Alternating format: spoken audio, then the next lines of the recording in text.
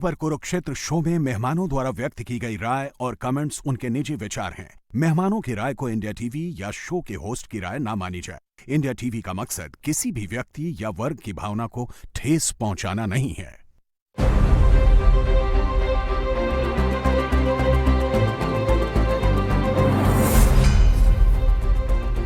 नमस्कार, बहुत स्वागत आप सभी का आपके प्रोग्राम कॉफी पर कुरुक्षेत्र में व्यूअर्स। मैं हूं सौरभ शर्मा, आपके साथ बातें खुलकर करते हैं, वो बताते हैं जो कोई और आपको नहीं बताता है। बड़ी खबर है आज हमारे पास आपके लिए। आलोक मेहता जी प्रोग्राम में आ गए। सर बहुत स्वागत है आपका।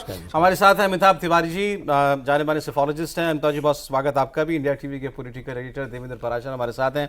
राहुल गांधी अभी भी पेलेट गन पर और 20 जुलाई की हिंसा की बात कर रहे हैं, वो वहीं पर उनका अभी तक उनको लगता है कि यही है मेन मुद्दा। सरकार काफी आगे बढ़ गई है आज, और आज की बड़ी खबर क्या है, और ये मैं आपको बताऊं कांग्रेस सोर्सेज से ही खबर आई है ज्यादा, कि सरकार 15 अगस्त के बाद 3 दिन का एक विशेष सत्र संसद का बुला करके महिला आरक्षण बिल और डिलिमिटेशन बिल, जिसमें देश की लोकसभा विधानसभाओं की सीटें बढ़ जाएंगी, वो बिल ला करके पास कराना चाहती है। इसकी तैयारी पूरी हो गई है और एक कांग्रेस पार्टी बता रही है। इसका मतलब कांग्रेस को इसके बारे में बताया गया है।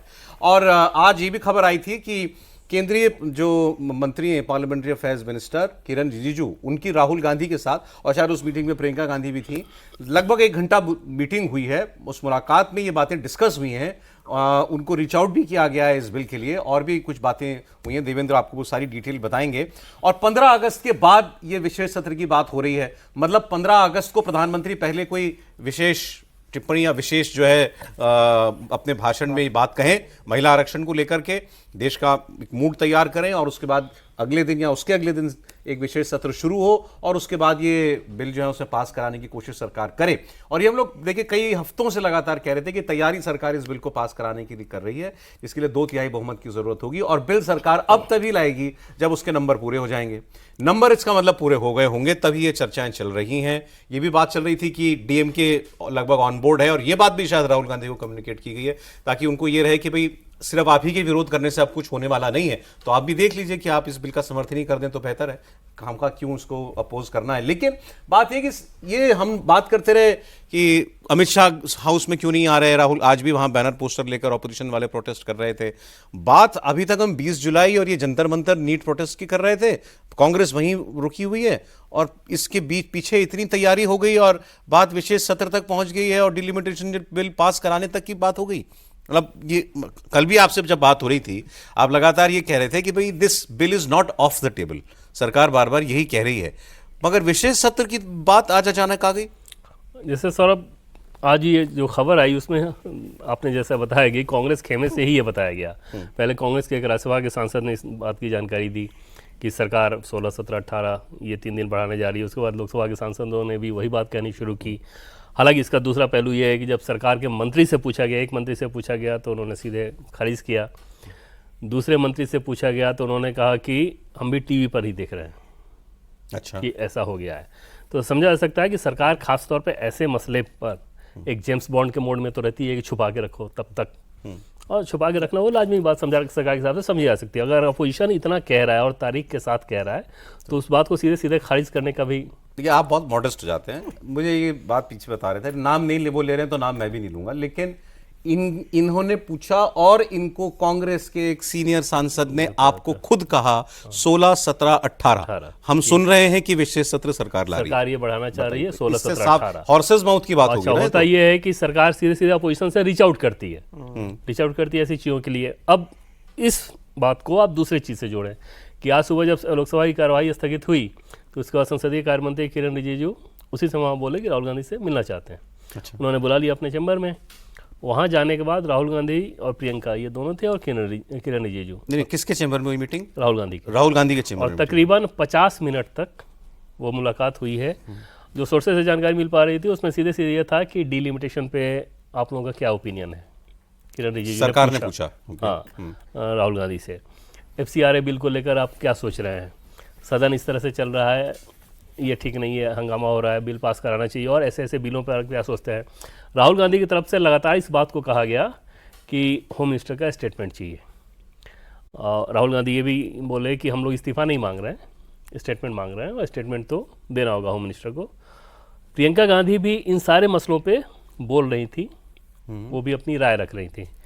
सरकार की अंडरस्टैंडिंग ये है कि अगले 24 घंटे में ये, यानी कि कल तक ये पता चलेगा कि अपोजिशन इस बात को लेकर कैसे रिस्पॉन्ड कर रहा है। अपोजिशन मतलब मुख्यतः कांग्रेस पार्टी इस पर कैसे रिस्पॉन्ड कर रही है, रिजर्वेशन, डिलिमिटेशन और एफसीआरए पर और ये हंगामा खत्म होने पे, मतलब हंगामा खत्म होगा तो वो सारी चीज़ें आ जाएगी। तो अगर कल भी अपोजिशन का स्टैंड यही रहा, उसके बाद फिर सरकार की देखने वाली बात होगी कि सरकार क्या कर रही है। अब यहाँ पे सौरभ एक दिलचस्प चीज़ आपको बताऊँ कि आज मैंने पूछा सरकार किसी मंत्री से कि क्या डिलिमिटेशन बिल को लेकर आप लोग तैयारी अगर इतनी कर रहे हैं, नंबर सारे हो गए हैं। उनका ये कहना था कि नंबर्स तो हमारे पास हैं ही, हम लोग भी अगर नंबर है तो फिर पास ही करा लीजिए, हंगामा में भी तो बिल पास करा ही रहे हैं आप। उनका ये कहना था कि देखिए बहुत महत्वपूर्ण बिल है और नंबर्स होने के बावजूद हम ये मैसेज देना नहीं चाहते कि हमने कुछ थोप दिया। हम लोग चाह रहे हैं कि संवेद स्वर में पक्ष विपक्ष में जिसको भी बोलना हो, लेकिन प्रक्रिया के तहत ही पास हो। और आज की मुलाकात को उन्होंने ये कहा कि एक तरह से आप कह सकते हैं इसको कि कॉन्फिडेंस बिल्डिंग मेजर जो कहते हैं, पिछले 10 दिनों में ये दूसरी मुलाकात और राहुल गांधी और किरण रिजिजू की मुलाकात। लेकिन ये तय मानिए कि इस तरह की मुलाकात वो सामान्य नहीं थी और ऐसे हंगामे के बीच वो सामान्य मुलाकात नहीं थी। उन्होंने ये भी कहा कि मैं बाकी दलों से भी बात कर रहा हूँ, राहुल गांधी किरण रिजिजू ने। हाँ, तो वो ये इन सारी चीज़ों का आप इसी बैकग्राउंड में देखिए कि सरकार के टॉप एजेंडे में सौरभ अगर आप देखें, एफसीआरए बिल को तो ले कोई इशू ही नहीं है, वो तो उनको करना ही करना है। डिलिमिटेशन बिल ही उनके टॉप एजेंडे में है। और जितनी प्रक्रिया चले, जैसे अमित शाह जी के पिछले कुछ दिनों के रूटीन को देखें तो जिस दिन धर्मेंद्र प्रधान का इस्तीफा हो गया था, वो चैप्टर इन लोगों के लिए उसी दिन लगभग क्लोज है। उसके बाद बाकी सारी चीज़ें चल रही है, वो एक रूटीन एडमिनिस्ट्रेशन की जो होती है ना, उस तरह की चीज़ें कि हाँ पुलिस से आप रिपोर्ट ले रहे हैं, क्या कर रहे हैं। वो कोई ऐसा इशू नहीं है जिसके लिए लगातार मंथन किया जा रहा है। वो इशू डिलिमिटेशन का है और उसी पे काम कर रहे हैं। ये पता लग पाया कि राहुल गांधी ने क्या रिस्पॉन्स दिया इस पर, हाँ, इन बिल पे गोल बात वो कह के लगातार जा रहे थे एचएम के स्टेटमेंट पर भी, लेट हिम स्पीक पहले वो अभी वहीं हाँ, लेट हिम स्पीक फर्स्ट। और इस पर सरकार का क्या रुख होगा है? इस पर सरकार का रुख ये समझ में आ रहा है कि वो सिर्फ टालने के लिए कर रहे हैं, उनको बयान से मतलब नहीं है। जैसे अगर एचएम जाकर वहाँ पे बयान देना कुछ शुरू करेंगे, उसके बाद वो कुछ सीन क्रिएट करके हंगामा, फिर उसके बाद वही चीज़ शुरू हो जाएगी। इन लोगों को वो एश्योरेंस चाहिए कि आप इन सारी चीज़ों को लेकर क्या सहमत हैं, कि आप सदन चलाना चाहते हैं, नहीं चलाना चाहते हैं, चलने देना चाहते हैं, नहीं चलने देना चाहते हैं। सरकार ये मान रही है कि वो एक जस्ट टोकन के तौर पे अमित शाह का स्टेटमेंट, उस तरह की चीज़ें आप रख रहे हैं, वो आप इसलिए नहीं रख रहे हैं कि आपको सदन चलाना है। ठीक है, तुरंत उसके बाद हो सकता है गोल पेश चेंज हो जाए, फिर उसके बाद आप कुछ प्राइम मिनिस्टर की बात कर दें, फिर चढ़ावा चोरी का जो मसला है उस पर कुछ ऐसी बात कह दें। और सरकार का उन सबों के बजाय अपना एजेंडा, जिसमें प्रमुख डिलिमिटेशन बिल ही है, वो सामने है। सर सॉरी 30 सेकंड में बस खबर पूरी दर्शकों के लिए जान लूं। इतना तय है कि डिलिमिटेशन बिल तो आएगा, ये तो हम पहले भी कह रहे थे, आना तो है ही, इस सत्र में नहीं आता, अगले में आता, लेकिन फिलहाल इस सत्र में नहीं आएगा, आएगा तो स्पेशल सेशन करके आएगा, ये कह सकते हैं? ये भी आप तब कहें जब कल के बाद, कल जब उनका स्टैंड क्या आ रहा है। अच्छा, जैसे अभी इस सप्ताह के हिसाब से देखें तो 13 तारीख तक तो सदन की कार्रवाई अभी नहीं, ये हफ्ता तो गया ही, ये तो चला गया है। हाँ। लेकिन इसके बाद 13 तारीख तो है ना, अगला फुल वीक है। तो कल अगर गतिरोध खत्म हो जाता है तो उसके बाद फिर तो सहमति के हिसाब से चीजें तय होंगी। आया देखिए, हम लोग बार बार बात कर रहे थे कि ये सारा प्रकरण जो हुआ नीट विवाद वाला, धर्मेंद्र प्रधान जी का इस्तीफा सरकार के लिए एम्बैरेसिंग था।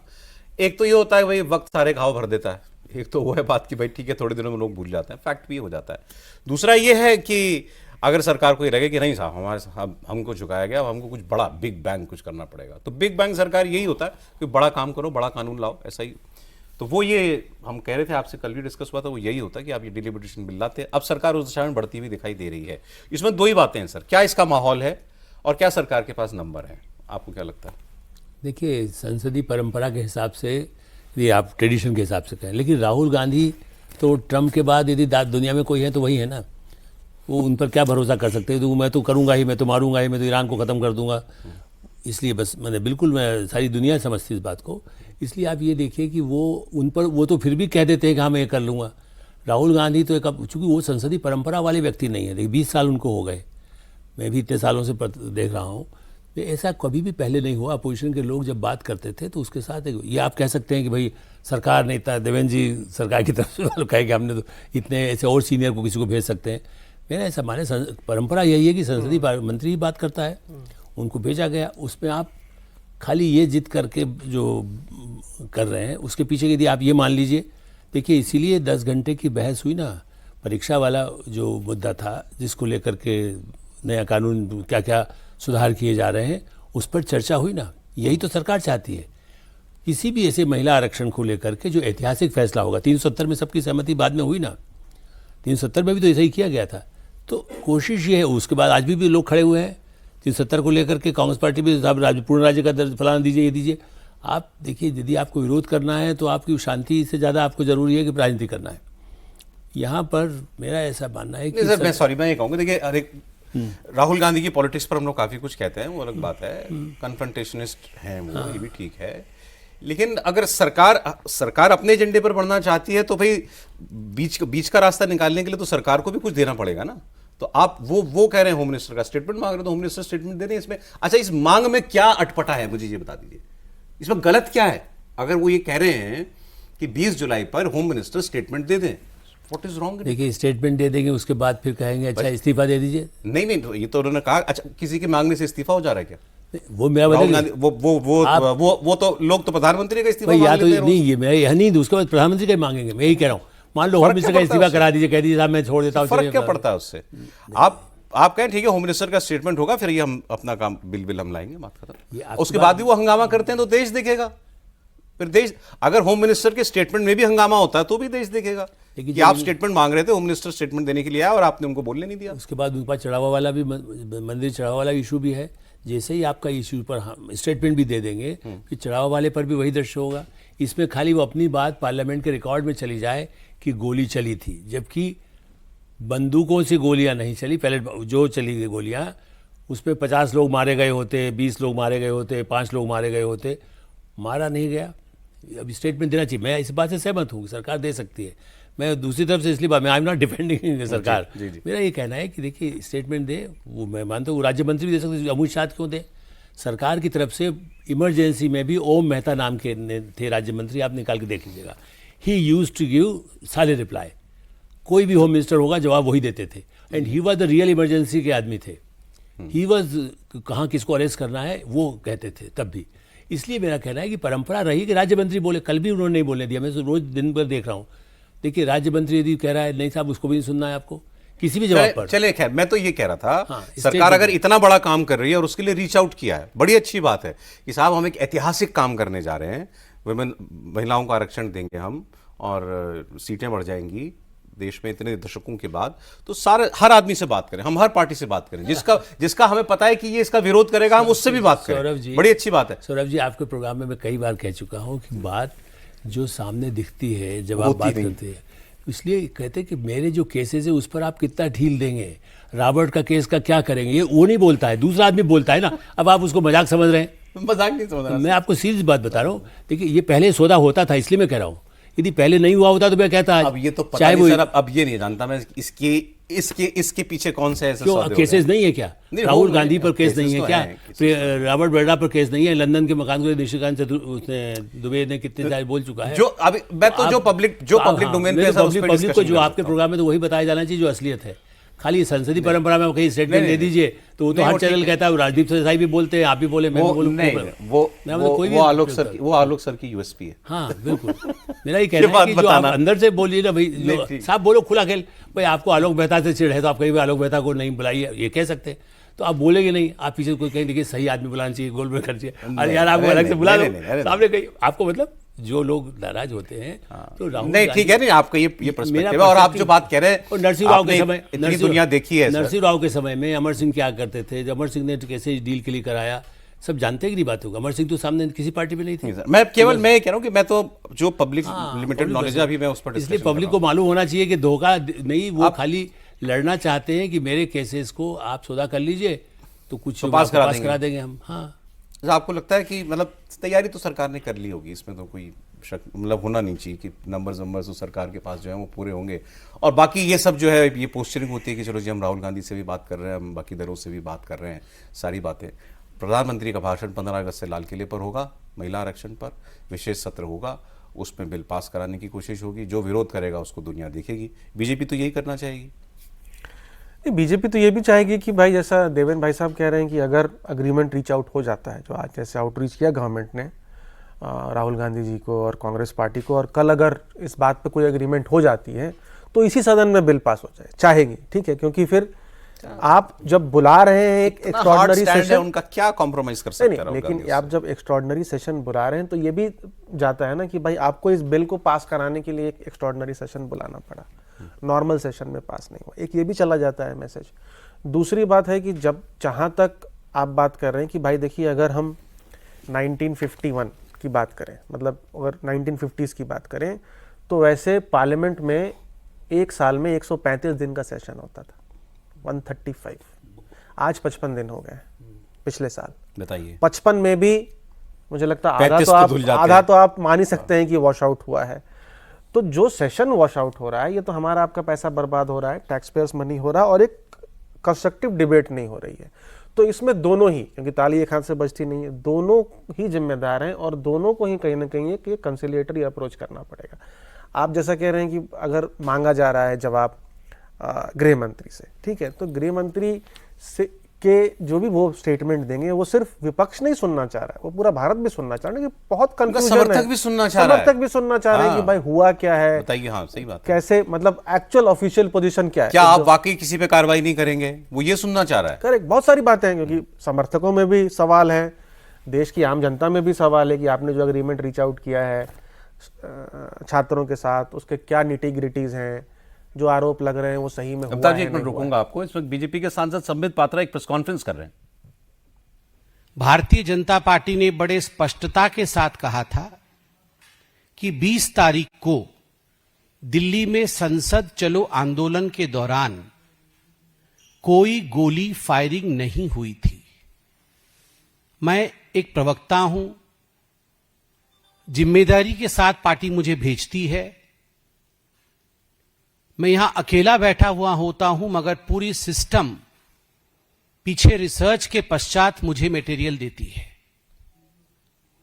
बहुत जिम्मेदारी के साथ उस समय भी हमने कहा था, और उतनी ही जिम्मेदारी के साथ, क्योंकि यह संवेदनशील विषय है, कहीं भटकाव ना हो, कहीं लोगों को कुछ चीजें सच ना लगे, इसलिए बहुत स्पष्टता के साथ, शालीनता के साथ और ठहराव के साथ इस सच्चाई को मैं पुनः बयान करना चाहता हूं कि कोई गोली नहीं चली 20 तारीख को दिल्ली में संसद चलो आंदोलन के दौरान।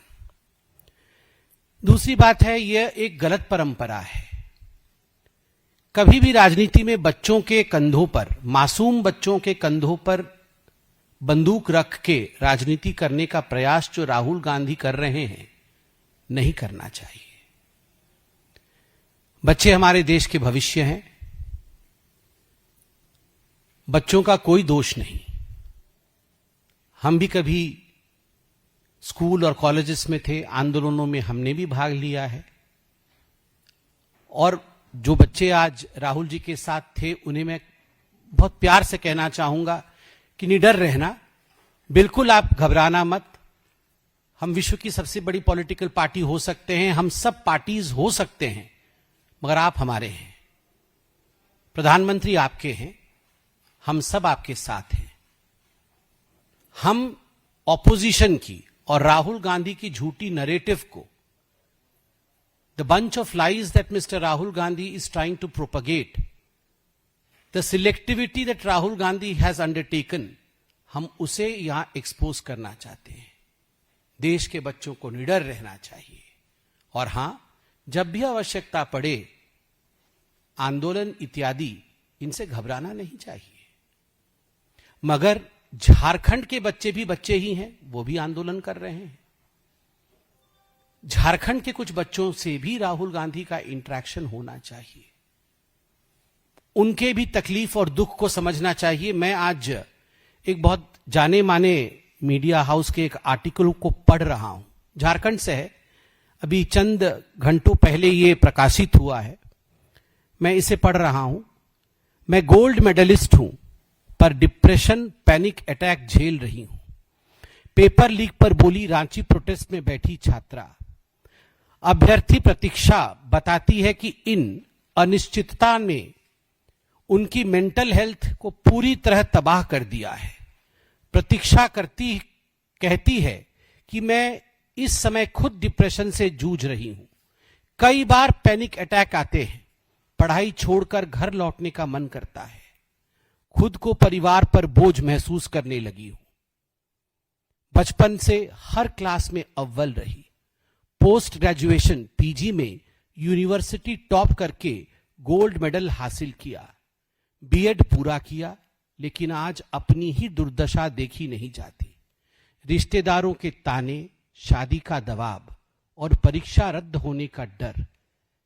झारखंड के इस सिस्टम ने मुझे डिप्रेशन और पैनिक अटैक की मरीज बना दिया है।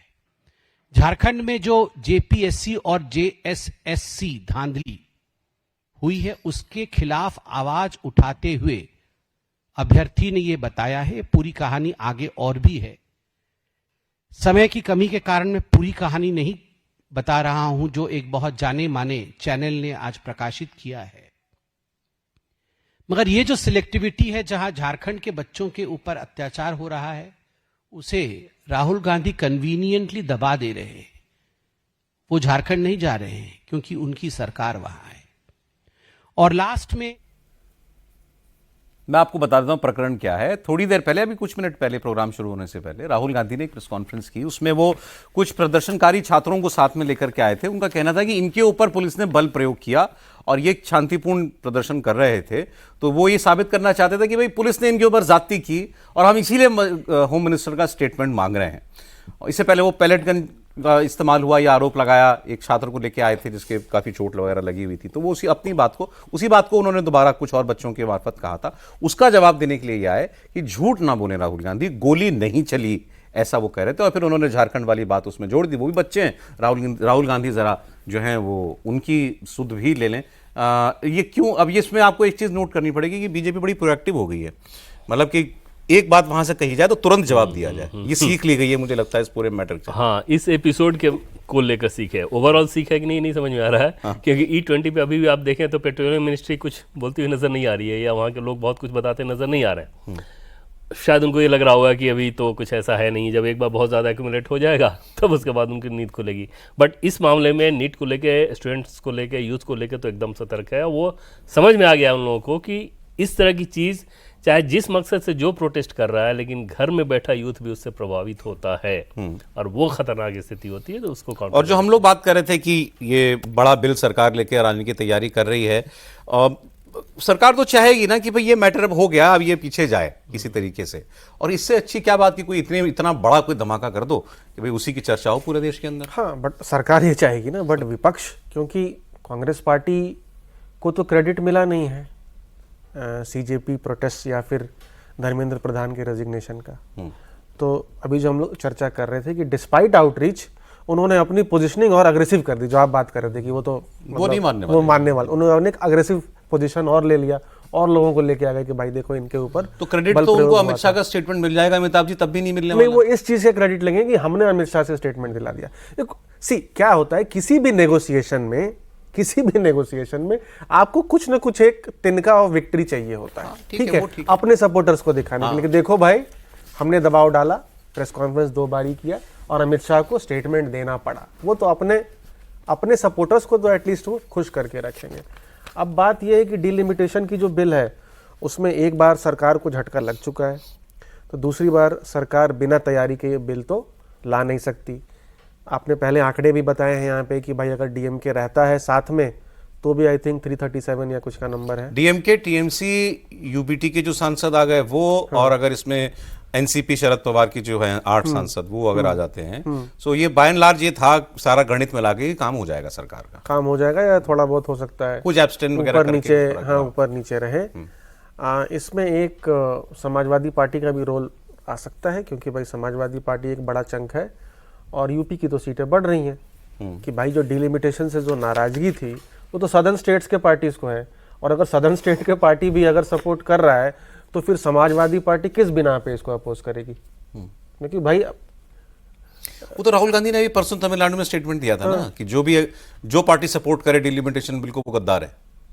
तो उनके दैट मीन्स कि डीएम के समर्थन में आ गई, दैट मीन्स कि डीएम की ऑन बोर्ड है। करेक्ट। तो हो सकता है कि ये भी हो जाए कि भाई समाजवादी पार्टी ऑन बोर्ड हो जाए तो गद्दार पार्टियों की संख्या में एक और पार्टी बढ़ जाए एक बहुत बड़े चुनाव से पहले। कई नाम और चल रहे हैं देवेंद्र जी, प्रहलाद जोशी, पीयूष गोयल, अर्जुन राम मेघवाल, इन सबको भी लगाया गया तो इसका में। रूटीन में सौरभ रहते ही रहते हैं ना। लेकिन मुख्य काम आप समझ सकते हैं कि कांग्रेस पार्टी से जो बातचीत वो किरण रिजिजू के साथ ही वो बातचीत होनी है, क्योंकि ऑलरेडी एक तो संसदीय कार्य मंत्री हैं, कैबिनेट मंत्री वही हैं, उनके एमओएस हैं अर्जुन मेघवाल जी, प्रहलाद जोशी जी पहले रह चुके हैं। हाँ, वो पहले थे। हाँ, तो उस कंडीशन में बात तो मुख्यतः किरण रिजिजू की होनी है। और पूछा भी हमने सरकार के सोर्सेज से कि जो इनकी मुलाकात हुई थी इन दोनों के बीच में, उसमें राहुल गांधी का स्टैंड कैसा था, किस तरीके के, जैसे चलो इश्यूज़ की बात अलग है, बाकी बिहेवियर कैसा था। तो ये कहा गया कि प्रियंका गांधी ज़्यादा स्मार्ट नज़र आ रही थी, प्रियंका गांधी ज़्यादा आर्टिकुलेट नज़र आ रही थी। और दूसरी चीज़ कि इस रीच आउट के बाद अमित शाह जी के बारे में जो ये स्टूडेंट्स लेकर आया, जो उन्होंने कहा he is incompetent, either he is culpable और इनकॉम्पिटेंट। हाँ, और उनके अंदर डिसेंसी नहीं है, हाउस में नहीं आ रहे हैं, उन्होंने ऑर्डर दिया। तो ये सारी चीज़ें तो दिखा रही हैं कि कल तक भी क्या होना है। और उसके पीछे सौरभ सबसे बड़ी वजह ये है, राहुल गांधी दो चीज़ें देख रहे हैं। एक तो ये सिल्वर लाइनिंग वो देख रहे हैं कि अगर यूथ के अंदर कोई असंतोष है तो ज़्यादा से ज़्यादा इसको उभारो, ठीक, ताकि सरकार पे दबाव बने। दूसरा, गृह मंत्री अमित शाह, उनको अगर किसी रूप में आप दबाव में लेने की कोशिश अगर कर पा रहे हो तो राहुल गांधी के हिसाब से इससे ज़्यादा बड़ी बात क्या होगी। मतलब पीएम के बाद कोई अगर है तो गृह मंत्री अमित शाह हैं, और अमित शाह को कभी भी किसी भी मोर्चे पे दबाव में लेने का मौका उन लोगों को उस रूप में मिल नहीं पाता है। तो यहाँ पर उनको ये लग रहा है कि सरकार अब नहीं चाहेगी कि इसमें बहुत तुतु में उलझे। जैसे गृह मंत्री अमित शाह जिस दिन आके सौरभ ये बयान देंगे और इस पर बहुत स्टेटमेंट होने लगे, तो फिर पब्लिक डिस्कोर्स अगला 2-3 दिन वही चलेगा ना। तो सरकार ये मान के चल रही है कि ये अब चैप्टर से आगे बढ़ा जा चुका है। बट अगर वो अड़ी गए कि नहीं साहब पहले यही होगा काम, अब वहां पर देखना, जैसे एक चीज़ तो सरकार को भी ये समझ में आ रहा है कि अगर आपको डिलिमिटेशन बिल पास कराना है तो विपक्ष के सहयोग से तो नहीं होना है। जैसा कि पहले हम लोग बता चुके हैं कि विपक्ष के एक सांसद का ये कहना था, और बड़े चेहरे हैं, वो बहुत बड़े चेहरे हैं, उनका ये कहना था कि अगर ये बिल पास हो गया तो 2047 तक तो। बट आपने बताया ना कि सरकार को हंगामे में भी नहीं कराना है। वो मैसेज, स्टार्टिंग मैसेज तो वही रहेगा कि सरकार ये दिखाएगी कि भाई हम लोग बहुत रीच आउट कर रहे हैं। जैसे मान लीजिए कि ये बातचीत होनी होती तो गोपनीय तरीके से भी हो सकती थी राहुल गांधी, किरण रिजिजू की, तो पब्लिक पोस्टिंग तो की जा रही है। वो तो हाँ, बताने के लिए कि हम तो राहुल गांधी से भी बात सही हो। लेकिन देवेंद्र जी, इसमें क्या ये नहीं संभव था कि जैसे गृह मंत्री खुद राहुल गांधी से बुला करके बात कर लेते? नहीं, उस लेवल पे तो, क्योंकि कई बार ऐसा मैंने ऐसा माना है कि जब नेगोशिएशन होता है तो उसमें ये भी होता है ना कि चाहे आप संसद में बहस नहीं दे रहे, पार्लियामेंट्री अफेयर्स मिनिस्टर ही मैसेज करेंगे। जैसे जैसे वहां से निकले करते हैं, लेकिन यदि आप उसका एक तरीका ये भी था, यदि जो वो चाहते होंगे।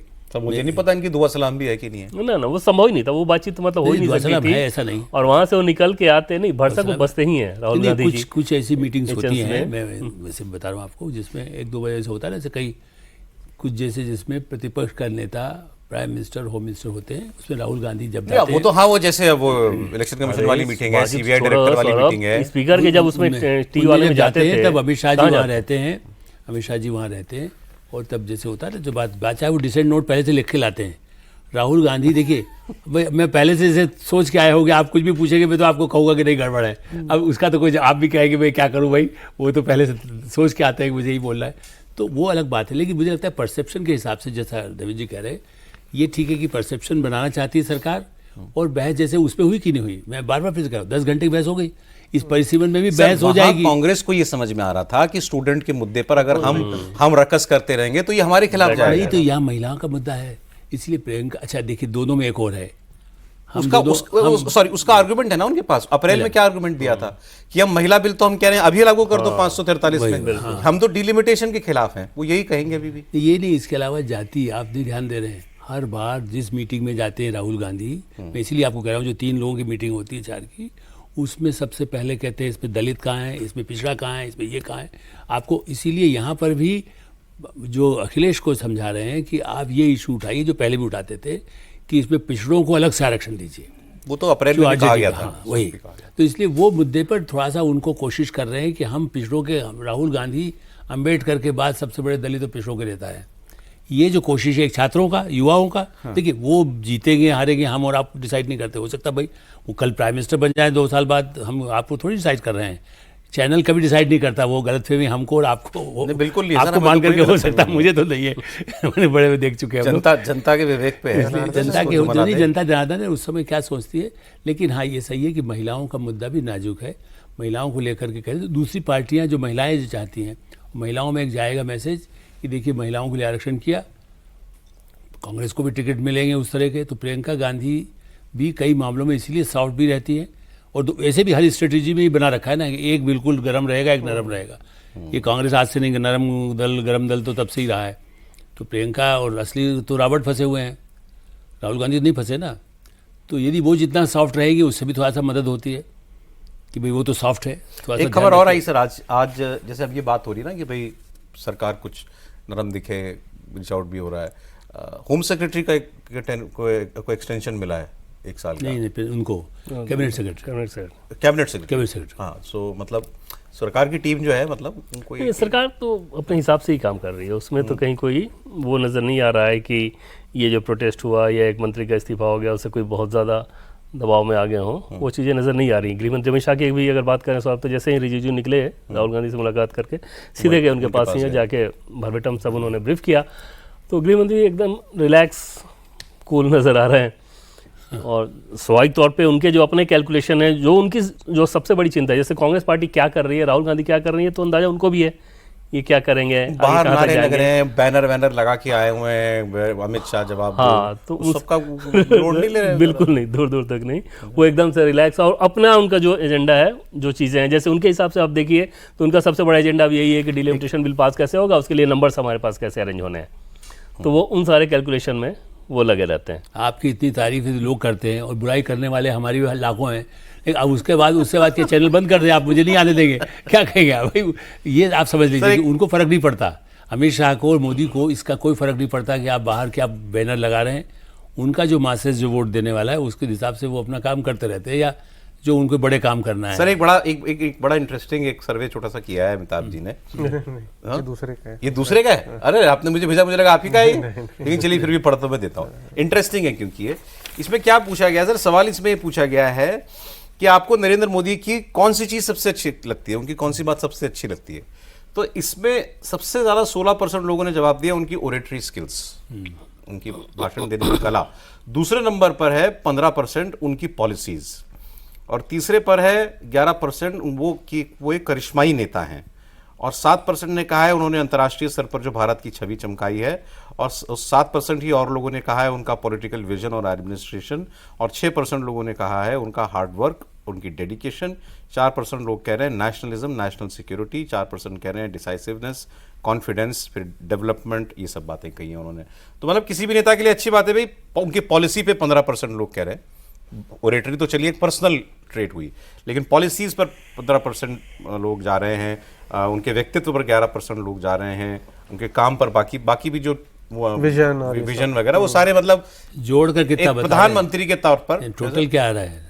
नहीं वो तो सारे मतलब वही पूछा गया था ना कि आपको अच्छा सवाल यही पूछा। अब राहुल गांधी के लिए पूछा गया आपको क्या अच्छा लगता है, राहुल गांधी में क्या अच्छा लगता है। तो 13% लोगों ने कहा सेक्युलर, कि राहुल गांधी सेक्युलर है, इंक्लूसिव।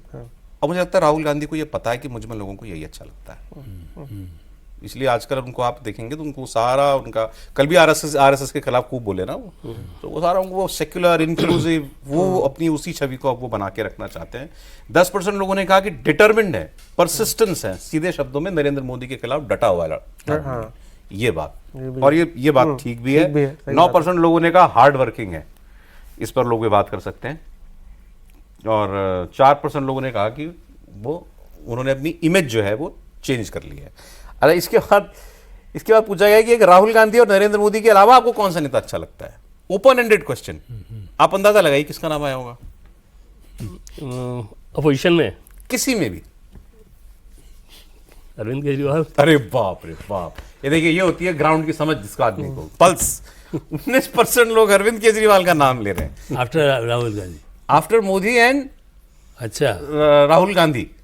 इनके बाद आपको कौन नेता अच्छा लगता है, तो 90% लोग कह रहे हैं अरविंद केजरीवाल। आप अच्छा ऐसे क्या कैसे? सर्वे आपने कराया वो भी क्या? जिस तरीके की बात करते हैं सौरभ, उनकी एक फैन फॉलोइंग तो हो ही जाएगी ना भाई। जिस तरीके बहुत लोग हो सकता है समझे ना समझे, बट कम्युनिकेशन स्किल तो कमाल का है अरविंद केजरीवाल का। जब वो कोई बात बोलते हैं तो बहुत कन्विंसिंग अंदाज में बोलते हैं। अगर उनको झूठ भी बोलना हो तो इस तरीके से बोलेंगे कि लगेगा ये कितना सच बोल रहा है ये आदमी, और कितने फील के साथ बोल रहे हैं।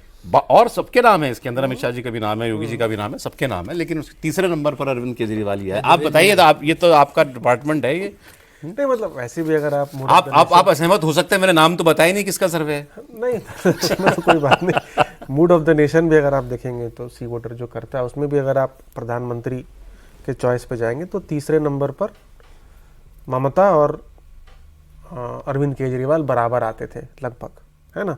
तो अब हो सकता है कि इस बार जब हम बेसिकली वो एंटी बीजेपी जो ब्लॉक है वो सेक्शन है, राहुल केजरीवाल और ममता में उनकी पसंद डिवाइडेड है लार्जली, तो इसलिए अरविंद केजरीवाल जी का नंबर आ रहा है। क्योंकि मोदी समर्थक तो सारे मोदी जी का ही नाम ले देते हैं। करेक्ट, क्योंकि वो सारा बीजेपी आइडियोलॉजिकल एक नाम आ गया।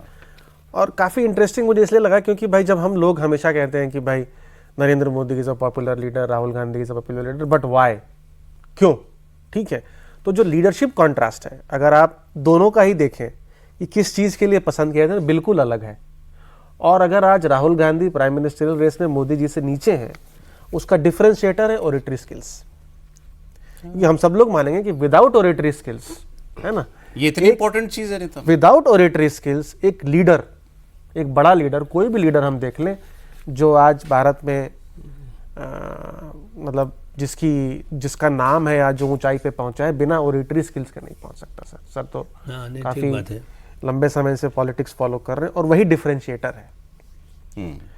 और वही कहीं ना कहीं राहुल गांधी का क्रिटिसिज्म भी रहा है कि वो अपनी बात को मजबूती के साथ या क्लैरिटी के साथ मैं नहीं मानता कि राहुल गांधी अपनी बात कन्वे नहीं कर पाते। मुझे तो अब तो मुझे लगता है कि थॉट प्रोसेस में ज्यादा दिक्कत उनको समझ में आती है कि जैसे कर रहे हो तो क्या कर रहे हैं, या किस इशू को उठाना है, किसको नहीं उठाना है, जनता के हिसाब से अगर आप देखें। पार्लियामेंट में पता नहीं उनको क्या हो जाता है, गड़बड़ा जाते हैं। अदरवाइज वो जब बाहर पार्लियामेंट के आप स्पीचेस देखिए तो पार्लियामेंट के स्पीचेस में जो एक क्लैरिटी, कोहेरेंस वो मिसिंग हो जाती है। जब वो कहानियां बनाने लगते हैं ना तब वो लग जाते हैं, रेटोरिक में चले जाते हैं, रेटोरिकल बातों में चले जाते हैं। टॉपिक पे नहीं है कि कोई आपको देखिए, सचमुच में आपने सवाल किया, कोई नाम भी हम सोच रहे हैं तो कोई बड़ा नाम, जैसे पहले शरद पवार होते थे, मतलब जो 10 नाम दिखाई देते थे, 5 नाम दिखाई देते थे।